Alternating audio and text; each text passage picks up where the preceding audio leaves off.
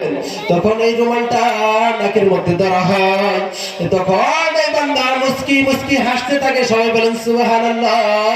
যেরকম ভাবে আমরা দুনিয়ার মধ্যে আতর খুশবু লাগাইলে এখানে লাগাইয়া কিন্তু নাকের মধ্যে একটা উপর দিকে টান দেই কি দেই না? অবশ্যই একটা টান দেই। যেরকম ভাবে ওই বান্দা তখন এইরকম ভাবে একটা টান দিবে, জান্নাতি ঘ্রাণ পাবে, আর ওই খুশবুটা লাগাইয়া দেওয়া হবে। তখন এই নেককার বান্দা হাসতে থাকবে। যেরকম ভাবে তার জান কবজ করা শেষ হয়ে যাবে। যেরকম ভাবে আমরা দুনিয়ার মধ্যে শিশু বাচ্চাদেরকে মায়েরা যখন দুধ দেয়, দুধ খাইতে খাইতে অজান্তে ঘুমায় যায়, তখন এই বান্দা, এই নেককার বান্দার জান যখন কবজ করা হবে, তখন ওই শিশুর মতো, ওই বাচ্চার মতো অজান্তেই ঘুমায় যাবে, তার জান বের করে নিয়ে যাওয়া হবে।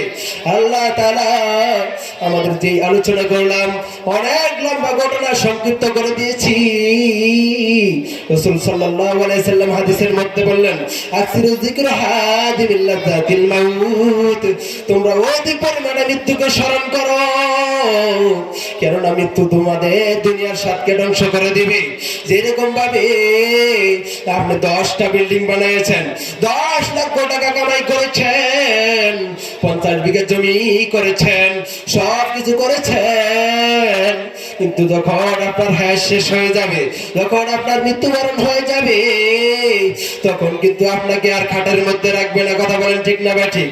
তখন আপনাকে মাটিতে নামায় দিবে, মাটির মধ্যে বিছানা করে দিবে, তারপর গোসল করবে, কাফন করবে, যেরকম ভাবে কবর দিয়ে দিবে। যেরকম ভাবে আসছি একা চাইবো একা, সঙ্গীত কোথাও থাকবে না। কথা বলেন ঠিক না ঠিক?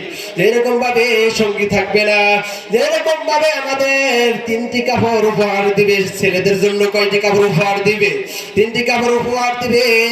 আর মেয়েদের জন্য 5টি কাপড় উপহার দিবে। এর ব্যতীত আর কিছুই দিবে না। কথা বলেন ঠিক না ঠিক? এই জন্য যা আলোচনা করলাম, সর্বপ্রথম আমাকে, তারপর আপনাদেরকে আমল করার তৌফিক দান করুক। আমার বক্তব্য এখানে শেষ করছি। আমার জন্য সবাই দোয়া করবেন। আবার যদি আপনাদের সামনে কখনো মাহফিল আসতে পারি, আর বাকি আলোচনা আপনাদেরকে শোনায় দেব। এই বলে আমার সংক্ষিপ্ত বক্তব্য শেষ করছি। ওয়া আখিরু দাওয়ানা আলহামদুলিল্লাহি রাব্বিল আলামিন।